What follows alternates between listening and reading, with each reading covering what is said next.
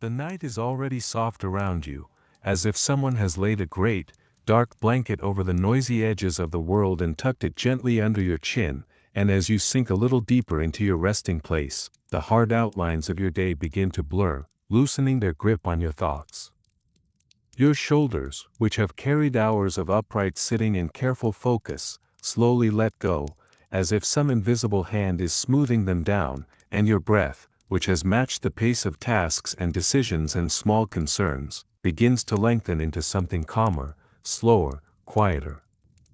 Beyond the place where your body lies, the world of clocks and screens and electric light quietly steps back, like a crowd drifting away from a doorway, and as the last of that brightness fades, you feel another kind of light rise in its place, gentler and more ancient, like the pale reflection of a moon on water.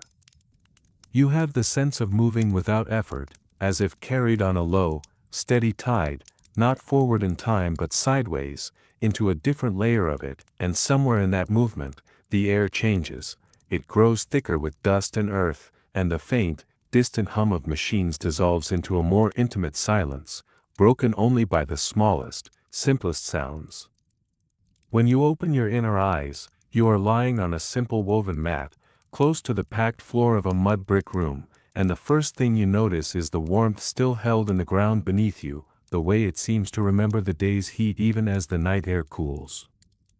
The walls around you are not smooth and painted, they are made of hand-shaped bricks, each one once wet and heavy, now dry and firm, layered with a craftsman's careful rhythm.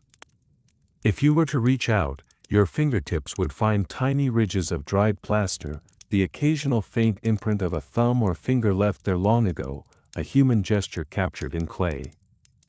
The air has a taste to it, dry and slightly gritty, touched with the lingering scent of oil smoke, with a faint breath of baked bread that seeped into the room earlier and never completely left, with a cooler thread of dampness that creeps in near the floor, where the night is beginning to pool.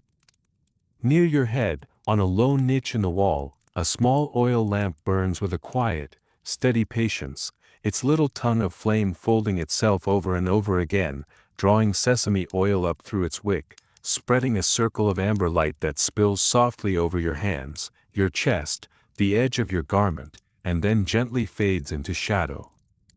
You watch the lamp for a while, doing nothing else, simply allowing your eyes to rest on that small living movement, the way the flame narrows and widens, the way it leans when the breath of your exhale passes near it, the way it leaves behind a fragile halo of soot at the lamp spout. Within its light, the coarse threads of your blanket are clearly visible, crossing and knotting, each strand with its own tiny shadows, and where the lamp's glow ends, the darkness begins, not abruptly but in a soft gradation, like ink thinning in water. In that dim border, objects appear and disappear, the edge of a clay tablet on the floor, a rolled strip of cloth, the outline of a wooden chest pushed against the far wall. The room is small, but in this half-light it feels deep, as if the shadows themselves have width and height. You can hear the tiniest sounds inside it, the faint crackle where a drop of oil meets the flame, the tiny shift of a reed basket as the cooling air contracts the fibers, the almost inaudible rustle of your own garment as your chest rises and falls. Each sound arrives alone, with plenty of quiet around it, like a single word spoken into a large, empty hall. Beyond these walls, the city of your life lies wrapped in darkness, yet it has not disappeared, it has simply hushed itself, like a crowded room falling silent when a door closes. Somewhere not far away, a gate guard shifts his weight, the leather of his sandals whispering on stone. A dog turns in its sleep in a narrow alley, claws scratching softly at the packed earth before settling again. A pot, left too close to the edge of a shelf, gives a tiny, adjusting clink as the wood beneath it cools. Farther out, in the tangle of streets and courtyards, a late worker hurries home, feet splashing through shallow puddles left by an earlier shower, his lamp swinging and throwing brief, wavering shapes against the walls, but you only sense him as a passing shadow, a disturbance that does not quite reach you.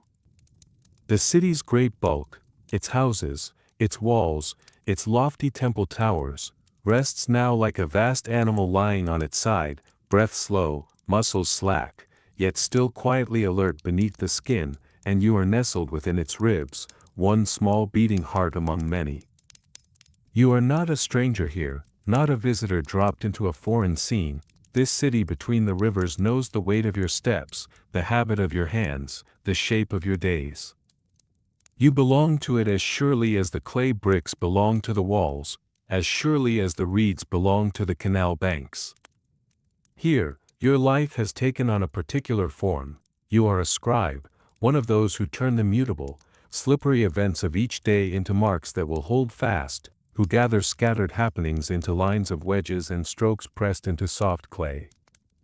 Your back remembers the long hours of sitting on low benches, your neck remembers the slow bending over tablets, your fingers remember the precise pressure of the stylus, the way you must angle it to make a clean, elegant sign instead of a clumsy gouge.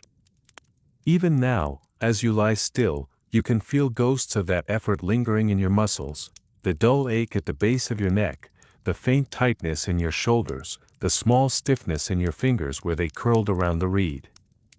Yet under the cloak of night, those aches no longer demand anything, they are just quiet traces of the day, already dissolving bit by bit. You let your awareness wander, not far, just enough to feel the rest of the house around your room, like a larger body around a heart.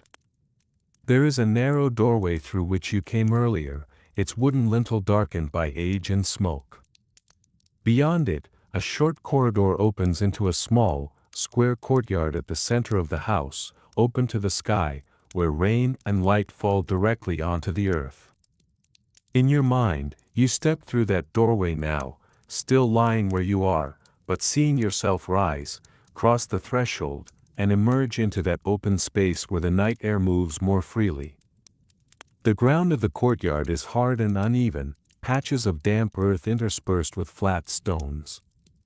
When it rained earlier, water pooled here for a while before channeling itself toward a corner drain, leaving behind darkened patches that still feel cool under bare feet. Against one wall, a tall jar stands, its curved belly catching a stray piece of lamplight from a nearby doorway. The jar holds water drawn from a well or canal, and its narrow mouth is covered by a woven lid to keep out dust and insects. You can almost hear, if you listen closely enough, the faint echoing drip of a last droplet falling within it. Above the courtyard, the sky spreads like a vast, uneven bowl turned upside down, clouds drifting slowly across its inner surface. Tonight, the clouds are thin and broken, letting tattered patches of starlight show through, like small holes in dark cloth. The moon is somewhere behind those clouds, not fully hidden, not fully seen.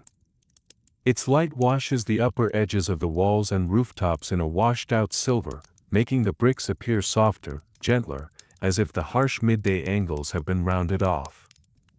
A small breeze moves through, touching your face and hands with fingers cool and slightly damp, carrying with it a mingled fragrance, the metallic scent of wet earth, the faint ash of extinguished hearths, a hint of the neighbor's bread oven that glowed hot hours ago and now slowly cools in the dark.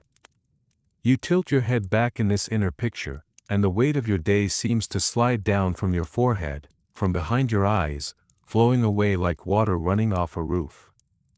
The sky is not entirely clear, but it is wide, and that width is enough to make your own thoughts feel less cramped, less tangled.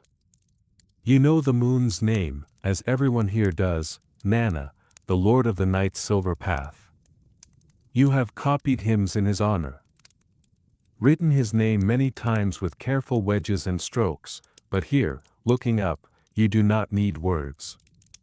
Your looking itself is a prayer, your quiet attention a kind of offering. You do not ask for anything complicated. Perhaps you only ask, without forming it even in your mind, for the simple blessing of rest, for the night to pass gently, for your body to wake tomorrow with enough strength to sit again, to write again, to do the work that binds you to this place. Far beyond the rooftops, beyond the city walls, the two great rivers move through the darkness, unseen but always present. You have walked to their banks many times, you have watched their surfaces glitter under the sun, you have scooped their mud into baskets and carried it to be shaped and dried, but now you only feel them as a kind of distant breathing, slow and constant. They carry silt and fish and reeds and reflections, and they carry, in a way you cannot see but somehow trust, the history of your city, all its days and nights, all its births and burials and harvests, down their long, winding paths toward seas you have never seen. Your mind touches this knowledge and then drifts away from it again, like a hand resting briefly on a smooth stone before letting go. It returns instead to the smaller, more immediate images of this evening, still warm in memory. You recall walking home through the streets as the sun was leaving the sky, its final light slanting low and red across the tops of walls, turning the dust in the air into a thin, glowing haze. In the alleys, that light already began to fail, retreating upward, leaving the lower bricks and packed earth in shadow. Your sandals brushed through shallow puddles left by an earlier rain, sending little rings outward across their surfaces. The water mirrored the changing sky in small, broken pieces, here a strip of fading blue, there a smear of peach or violet, all trembling and dissolving as you walked. The smell of the streets at that hour was rich and layered, the last smoke from cooking fires rising through roof openings, the savory tang of roasted onions and lentils, the sweet trace of dates, the acrid hint of donkey dung, the wet mineral scent of newly dampened dust. These smells slipped around you, familiar and unthreatening, forming a kind of background fabric in which your own moving figure was just one more thread. As you turned from the broader way into the narrower street that leads to your house, the world seemed to close in a little, the walls drawing closer, the strip of visible sky narrowing above your head. Children played at the corner where the lanes meet, their bare feet kicking up little splashes as they chased one another.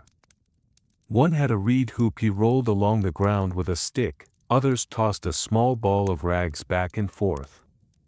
Their shrill laughter bounced from wall to wall, arriving in your ears from odd angles. When they saw you, their game wavered and then paused.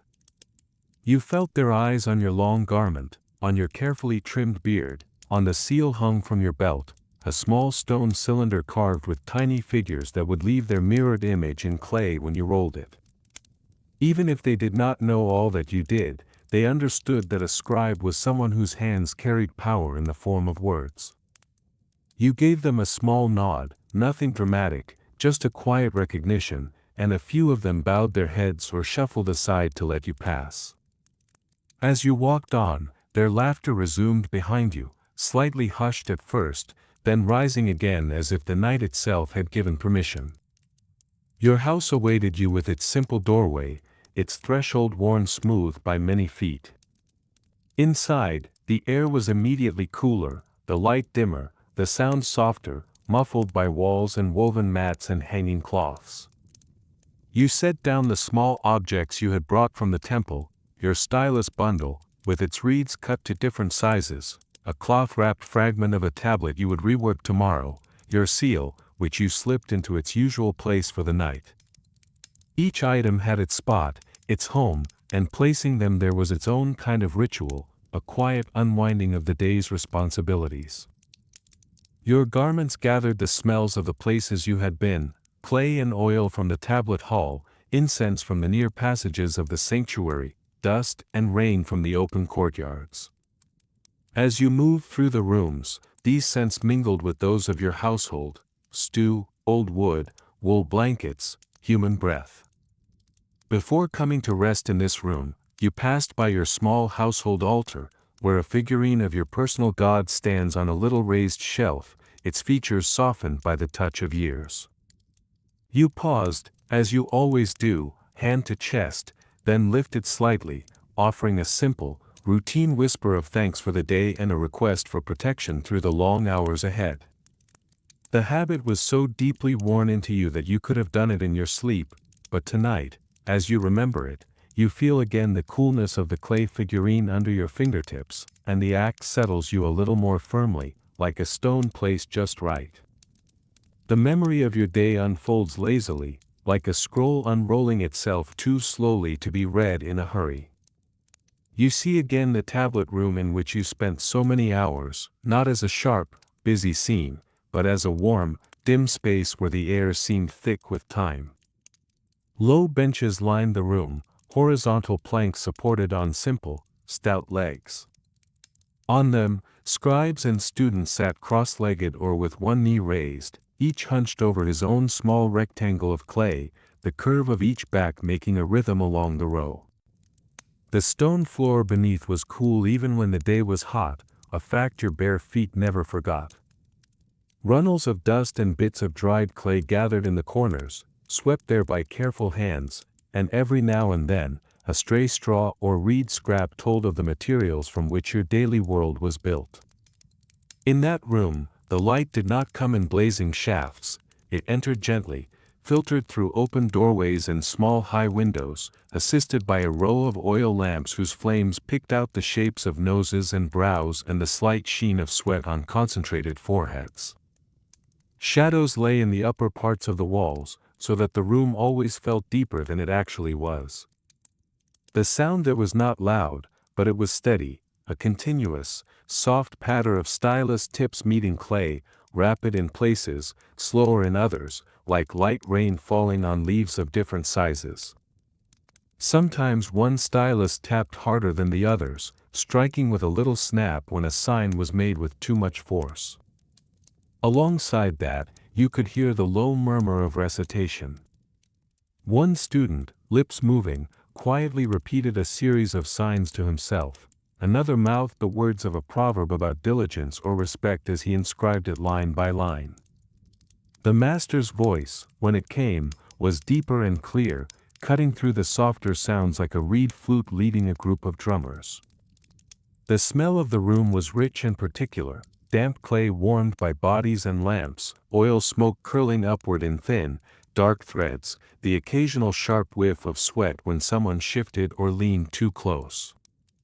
Underneath it all lay a kind of cool, mineral scent, as if the earth itself was present in every breath. On the shelves to one side, tablets lay in neat stacks, their surfaces still soft or already drying. Some were small, listing figures and measures, others were larger, holding longer texts, hymns, contracts, letters. They waited there in silent piles, each carrying a quiet promise of endurance, of meaning that would outlast not only the day but the year, perhaps even the lives of those who had shaped them. Your own work tablet for the day had been a complex account, a braided line of deliveries and offerings and distributions. Names of workers and priests, measures of barley and oil and wool, dates tied to the cycles of the moon and the decisions of officials, all of it flowed across the clay under your stylus. You remember how satisfying it felt when a confusing sequence of events began to resolve into a clear pattern beneath your hand. Where before there had been only a series of scattered happenings, barley arriving here, flowers sent there, oil taken for lamps and offerings, you pressed them into order, into an arrangement that the temple could rely on. The stylus moved in your hand with practiced ease, its cut tip making crisp, distinct impressions. To shape a single sign, your fingers shifted angle and pressure with small, precise adjustments, pressing the stylus down at one edge for a deep, long wedge, then lifting, turning, and pressing again for a shorter, shallower mark.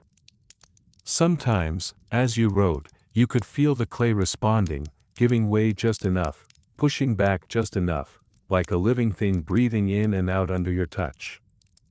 The surface bore each new sign with calm acceptance, swallowing it, then presenting itself, ready, for the next.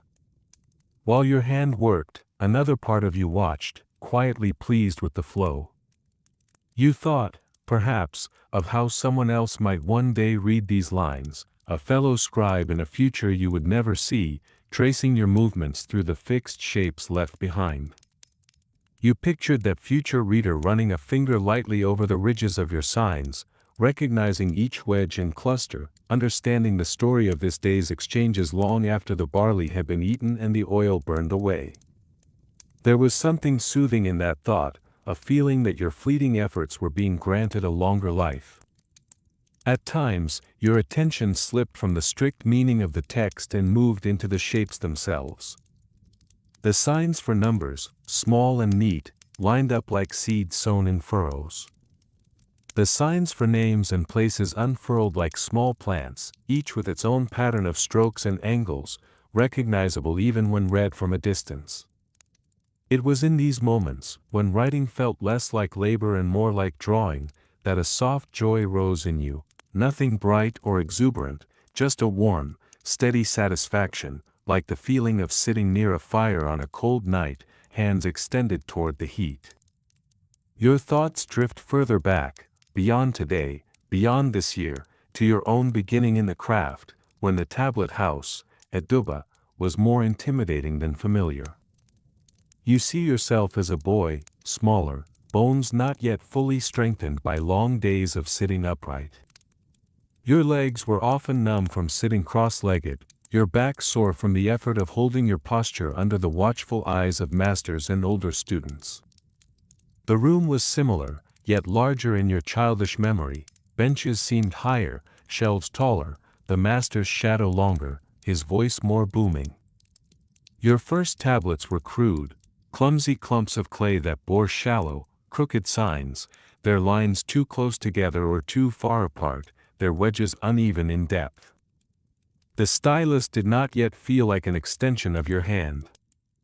It slipped, it smeared, it sometimes tore the clay instead of shaping it. Your fingers were often stained with drying bits you had to scratch away, your nails lined with pale dust whenever you scrubbed the last layer from your skin at night.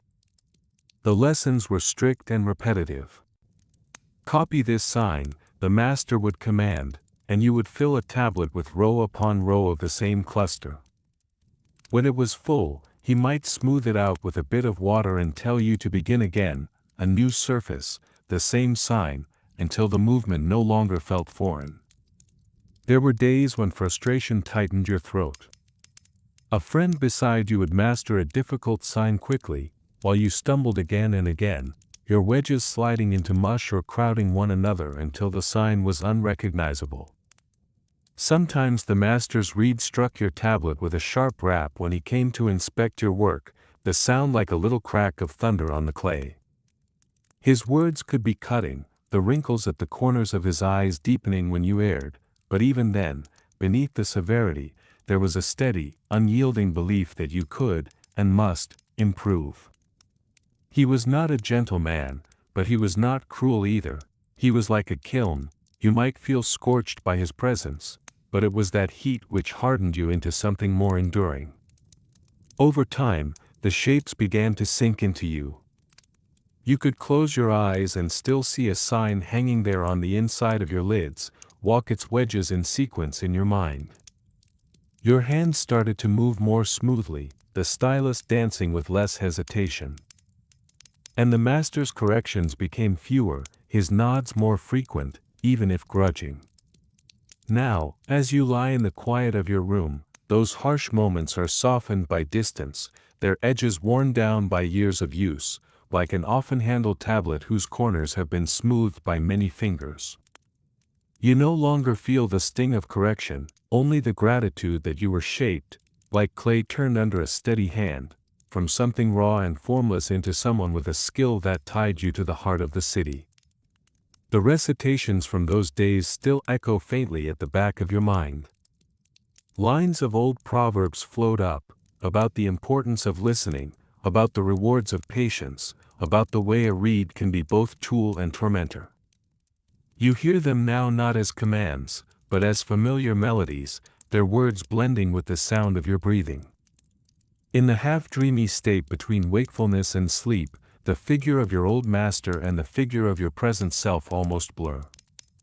You are both student and master now, still learning from the signs themselves, still teaching their shapes to younger fingers. Your body sinks a little deeper into the mat, and your memory skips gently sideways to one of the small anchors of your days, the midday meal. You recall the moment when work paused, when the soft rain of stylus taps in the tablet house gradually thinned and then stopped altogether. Back straightened, legs uncurled, hands flexed. A low murmur of voices rose as bodies remembered that they were more than just carriers of minds and skills. They were hungry, thirsty, human. Outside, in a shaded corner near the temple's inner court, you and others gathered, resting against cool walls or squatting on haunches, a circle of shared necessity more than ceremony. Clay dust flaked from garments and settled on the ground, joining the thin layer already there.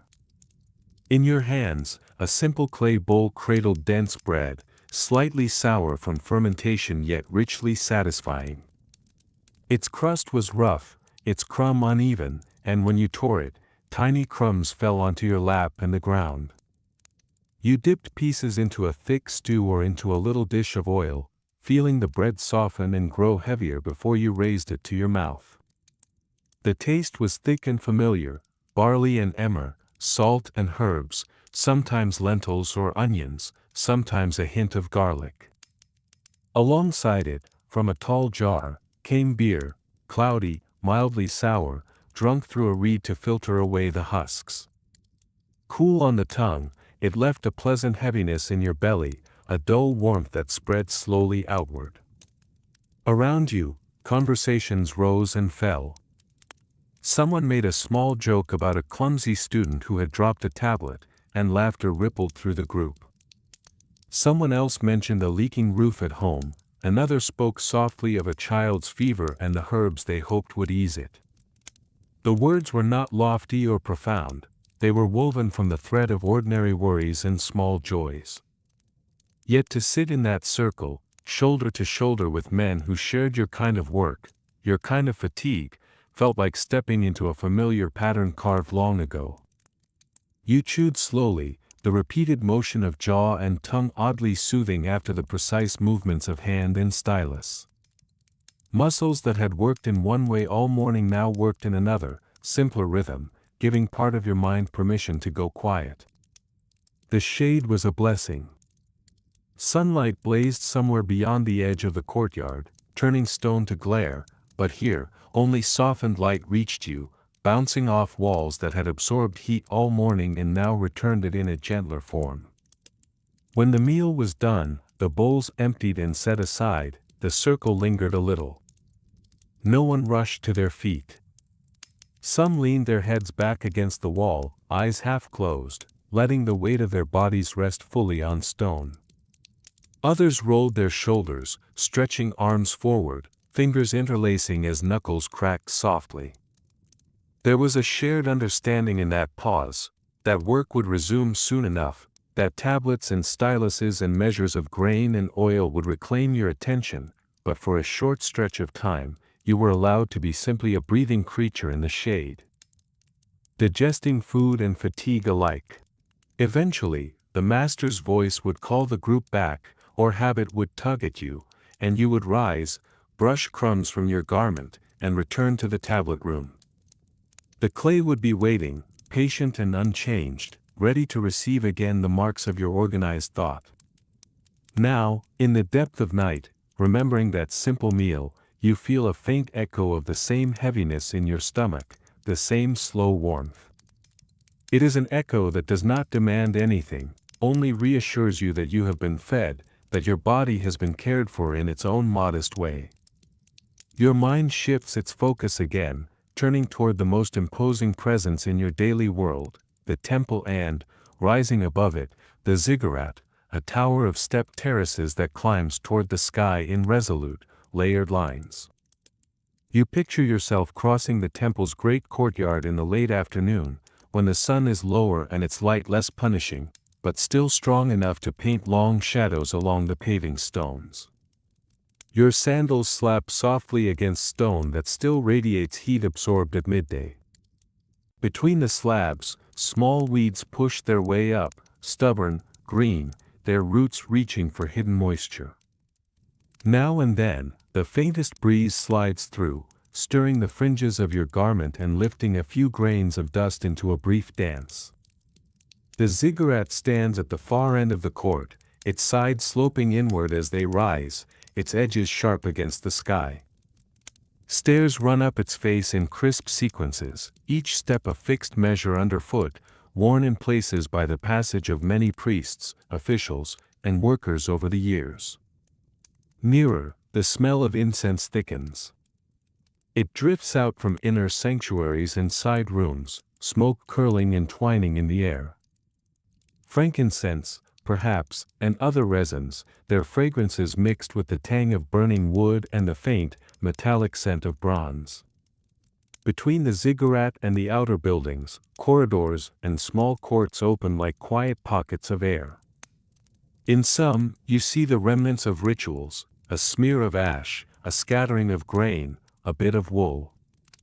In others, you catch glimpses of priests moving in slow, practiced steps, their garments cleaner, their gestures measured. You walk with a certain awareness here, even on ordinary days. Your role as scribe keeps you close to these things. You write accounts of offerings, grain and oil and animals brought before the gods. You record decisions taken in these halls, dreams reported by kings and priests, signs interpreted from the movement of stars or the flight of birds. Though you are not a priest yourself, the work of your hands binds you to the sacred machinery of the city. You see the way offerings move from fields to animals to altars, and the way the gods' favor is believed to move in return, from altars to weather to harvests. Standing at a certain doorway, you can feel that balance as a kind of weight in the air, a quiet pressure that is not oppressive, just present, like the awareness of standing at the edge of deep water. Deep within the temple, far from the outer courts, the statue of the city's god stands in a darkened sanctuary, rarely seen by any but a chosen few. You have not often been admitted there, yet you feel the invisible reach of that presence extending outwards, through corridors and courtyards, through storerooms and tablet rooms, all the way to the small, humble shrine in your own home. Sometimes, while you are bent over a tablet, carefully inscribing the details of some mundane transaction, you feel, fleetingly, as if unseen eyes are reading along with you, as if some larger consciousness is following each line, not with judgment, but with a kind of steady curiosity. It is a quiet feeling, not dramatic, and it passes as quickly as a breeze through an open door, leaving behind only a slight steadiness in your chest, a reminder that your work, however ordinary it may seem, participates in something larger than itself. Now, in your little room, that memory of the temple's vastness and weight makes your current space feel all the more intimate and protected, like a small side chamber tucked safely within the walls of a much larger structure. The lamp beside you gives a tiny sighing sound as a thread of oil is drawn up and consumed. Its flame trembles once, then steadies, casting a momentary flicker of shadow that makes the room appear to breathe. On a flat spot near the lamp, your small stack of finished tablets waits. Their edges are no longer soft, they have hardened over days, cool and firm to the touch. Each one bears the record of something pulled from the flow of life and fixed in a pattern of wedges and strokes. You imagine your hand reaching out, fingers brushing the nearest one. The surface is uneven, bearing faint ridges where your stylus once dragged and pressed. The signs line up in slightly wavering rows, reflecting the rhythms of your breath and concentration at the time you wrote them. If you were to trace them, you would feel the difference between a sign made in calm certainty and one corrected midway, its first impression smoothed away and replaced. The clay remembers your hesitations as well as your skill, storing them all without comment. To those who cannot read them, the tablets might look like nothing more than decorated bricks, but to you, and to others trained as you are, they are as full of voices as any crowded street, each cluster of wedges giving shape to words, numbers, names. Thinking of tablets leads you naturally to earlier mornings, when clay is still just clay, soft earth and water, before your hands and tools shape it into something more. You see yourself at the edge of a shallow pit, or near a riverbank, where wet soil is scooped up in baskets. The mud is heavy, pulling at your arms. When you dump it onto a prepared surface, it slumps in a thick pile, dark and homogeneous, smelling strongly of earth and minerals and decaying bits of reeds. Someone, perhaps you, perhaps a younger student or a worker, kneads the clay with bare hands and feet. The motion is slow and repetitive, pushing and folding, pressing out air bubbles, breaking apart lumps, mixing in just enough water to reach the right consistency. It squelches underfoot, squishing between toes, yielding yet resistant. On your hands, it spreads in a cool, slippery layer, coating your skin completely. As you work it, you feel its character change, from something rough and inconsistent to something smoother, more responsive. When it is ready, you scoop portions of it into your palms and begin to shape it. You roll it, press it, flatten it into tablets of different sizes, depending on their future purpose. The edges are smoothed with the side of your hand, the corners pressed into neat angles with your fingertips. You lay these fresh tablets out on a flat surface, perhaps a low table in the shade, perhaps a smooth patch of ground. They sit there in rows, dull and dark, their surfaces blank and inviting. For a little while, before the stylus begins its work, they are like held breaths, like paused moments. The potential in their emptiness is palpable, a quiet, waiting tension that does not need to rush. Sometimes, as you look at them, you feel a tiny echo of that same potential in yourself, as if you, too, are a surface upon which the day will write its lines. There is no hurry in that thought, it is simply an acknowledgement that the day ahead will shape you in ways you cannot entirely predict. Now, lying in the dark, you can almost feel the coolness of that wet clay in your hands again, the satisfying weight of a newly formed tablet, the way its softness yields to the slightest pressure but holds your marks faithfully once they are made. The memory is comforting. It reminds you that just as clay can be reworked, smoothed, reshaped, so, too, can your days and thoughts. Nothing is completely fixed while it is still soft, and tonight, your mind feels as if it is entering that pliable state, ready to be molded by dreams rather than duties. You think again of those who now learn what you once struggled to master, the young students in the tablet house, their faces a mixture of determination and distraction. In the afternoon light, they sit where you once sat, each with a piece of clay before him. Their posture is not always straight, shoulders droop, heads tilt, legs fidget. You move among them, stylus in hand, eyes scanning, noting where signs are cramped or too widely spaced, where strokes lack confidence. One boy, his hair falling into his eyes, grips his stylus too tightly, his knuckles pale, his signs carved into the clay with unnecessary force. Another holds his tool too loosely, his wedges too faint, as if he is afraid to commit fully to the mark.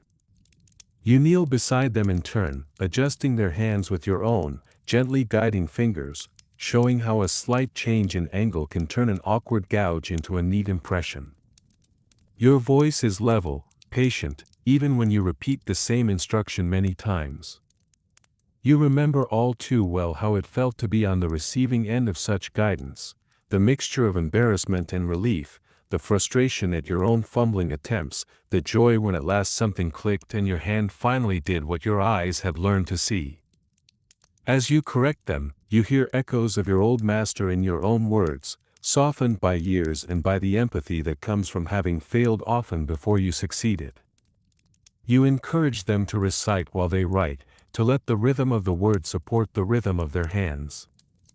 Again, you might say quietly when one stumbles, and you hear yourself saying it not only to the student but to some younger part of yourself as well.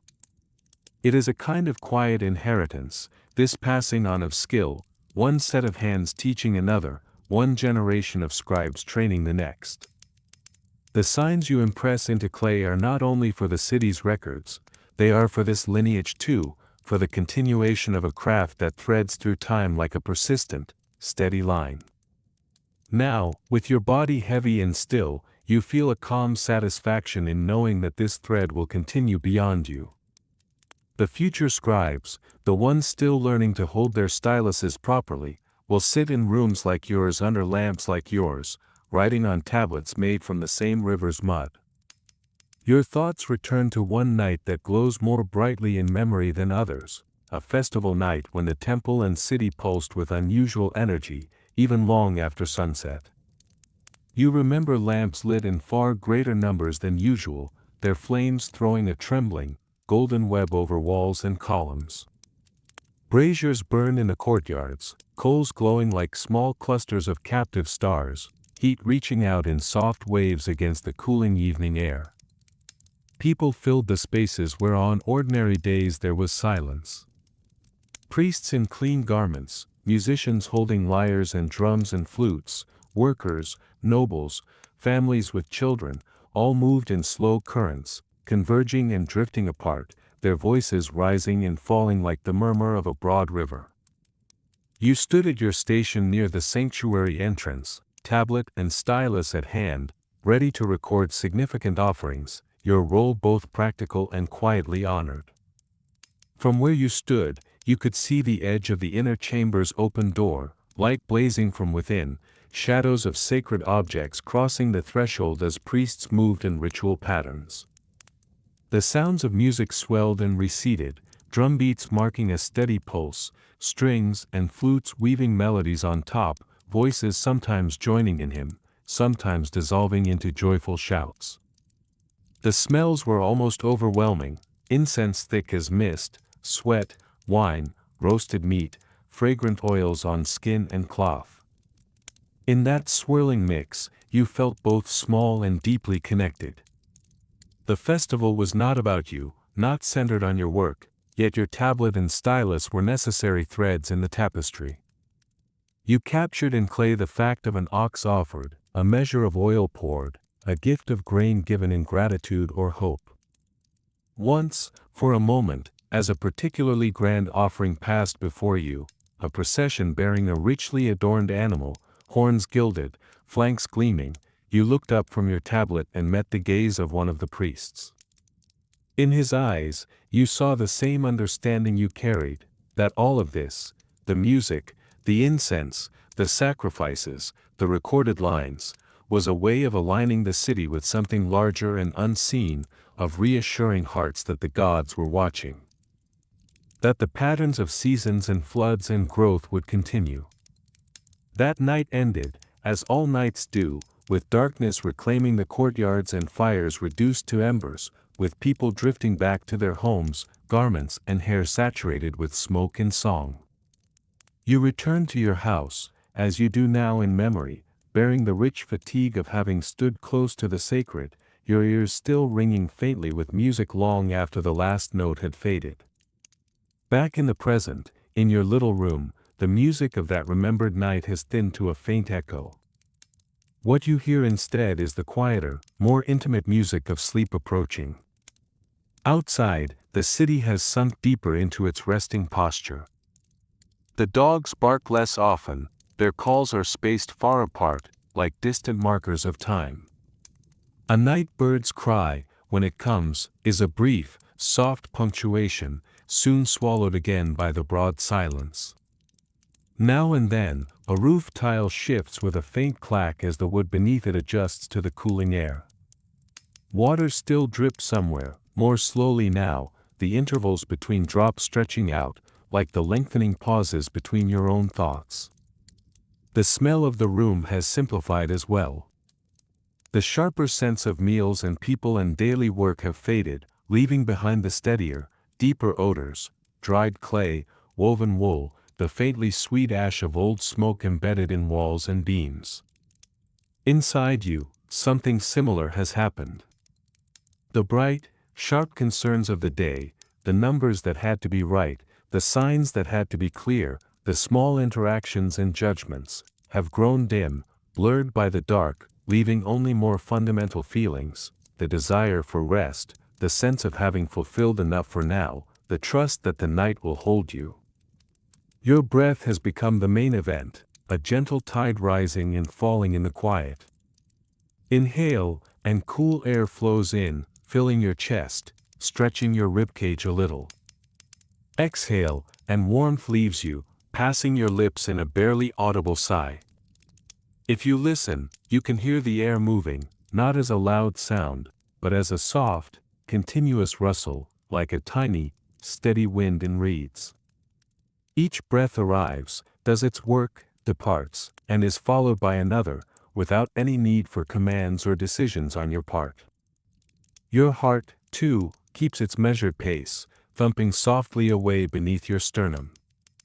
Its beat is not dramatic, not demanding your attention, but always there, like the muted drumming from a neighboring alley during a small celebration, a sound you notice only when everything else is quiet.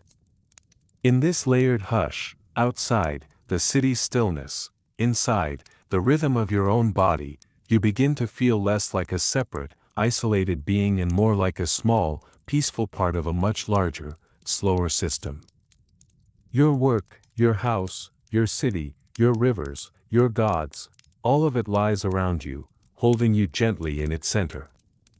At the threshold of sleep, dreams wait like figures at the edge of a lamplit room, half in shadow, half in light, not yet clear but not entirely absent. You know, from your own life and from the dreams others have entrusted to you to record, that what comes in sleep can feel important. You have written down dreams in which gods appeared as humans, in which stars fell and fields drowned and lion-headed beings spoke in riddles. You have carried those fragile, early morning words from the mouths of kings and priests onto the security of clay, so that their meanings could be examined and interpreted. Your own dreams have sometimes been simple, of walking streets that do not exist, of reading tablets whose signs shift and change, of sitting at a bench in a room where the walls are made entirely of writing, every brick a text.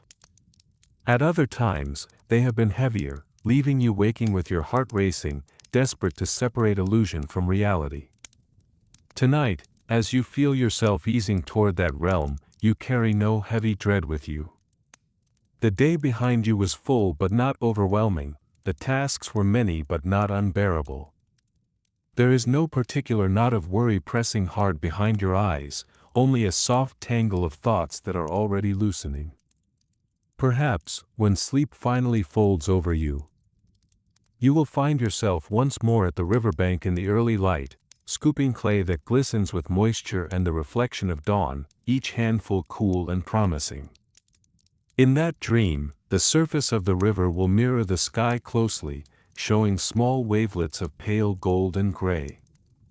Birds will move low over the water, their wings dark curves against the brightening air.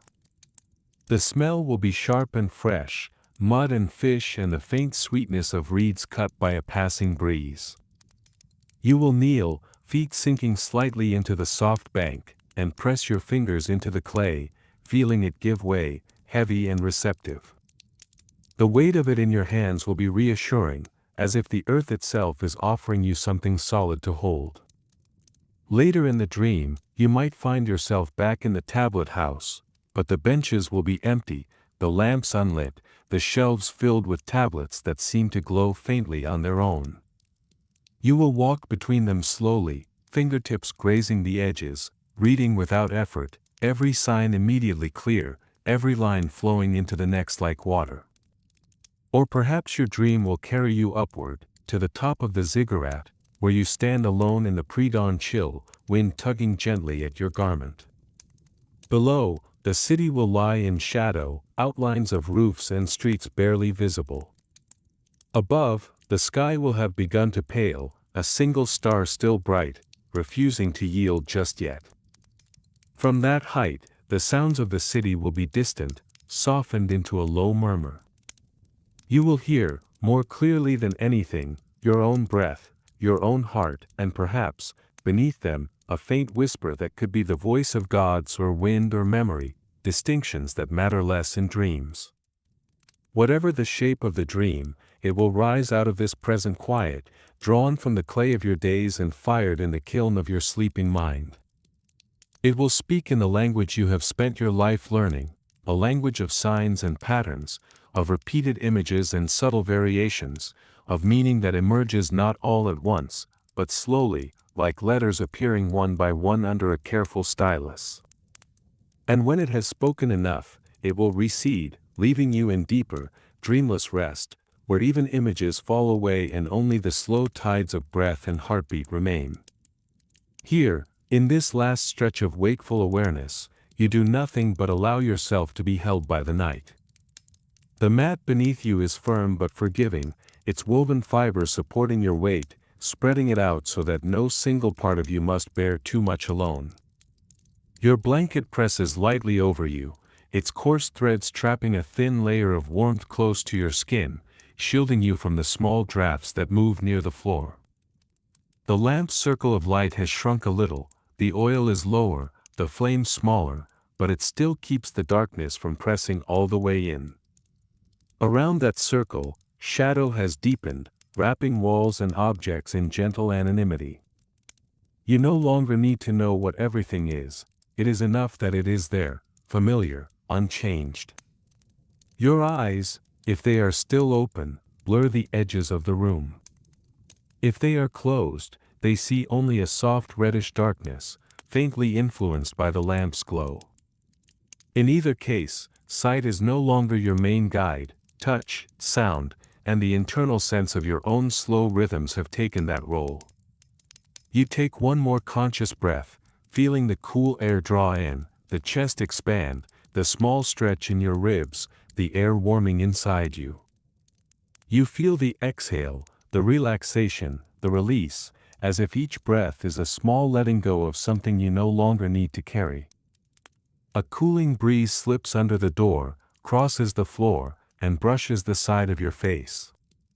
It carries the faint scent of damp earth and old bricks, of a city that has known many nights like this one and will know many more. Somewhere beyond, the rivers move on in the darkness, their surfaces smooth or choppy, carrying the reflections of stars when they appear, carrying bits of reed and leaf and silt, carrying, in their own wordless way, the story of the land. Within your house, within your room, within your body, another kind of current moves, the silent flow of blood. The soft surge of breath, the subtle drift of thought losing its structure and dissolving into something vaster and quieter. You do not need to force anything now. You do not need to hold tightly to any image, any worry, any task. The tablets you finished today are safe where they rest, the tablets you will write tomorrow can wait in their unformed state. The gods, if they wish to speak, can find you just as easily in sleep as in waking. You are, in this moment, simply a scribe lying on a mat in a small room in a great old city between two ancient rivers, under a sky that has watched over countless generations. You are part of a line of hands that have held reeds and pressed signs and shaped clay, a line that stretches backward and forward beyond your own knowing. The night gathers itself around you, not as a threat, but as a shelter. Its darkness is not empty, it is full of the soft presence of resting bodies, of roofs and walls and beams, of fields and canals and distant, sleeping animals.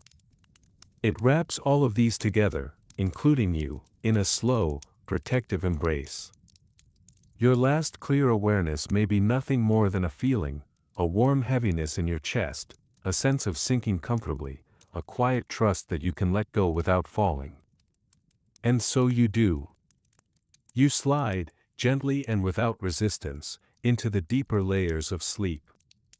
The lamp burns a little while longer, steadfast at your side, then its flame, too, will bow and vanish, leaving only a faint curl of smoke that will drift upward and disappear into the dark. Outside, the stars will slowly across the sky, visible or hidden behind clouds, indifferent to the small dramas of days and the small surrenders of nights. The rivers go on moving, the city goes on breathing, the gods go on watching in whatever way gods do. And you, wrapped in the quiet, in the warmth of your blanket, in the rhythms of your own body, in the thousand nights that have come before and will come after, rest. The work of your hands lies still. The clay holds its marks. The temple stands. The house stands. The walls stand. The night stands. And you, Scribe of an ancient city, drift deeper and deeper into sleep, carried by the slow, gentle currents of a Mesopotamian night that has known your name all along.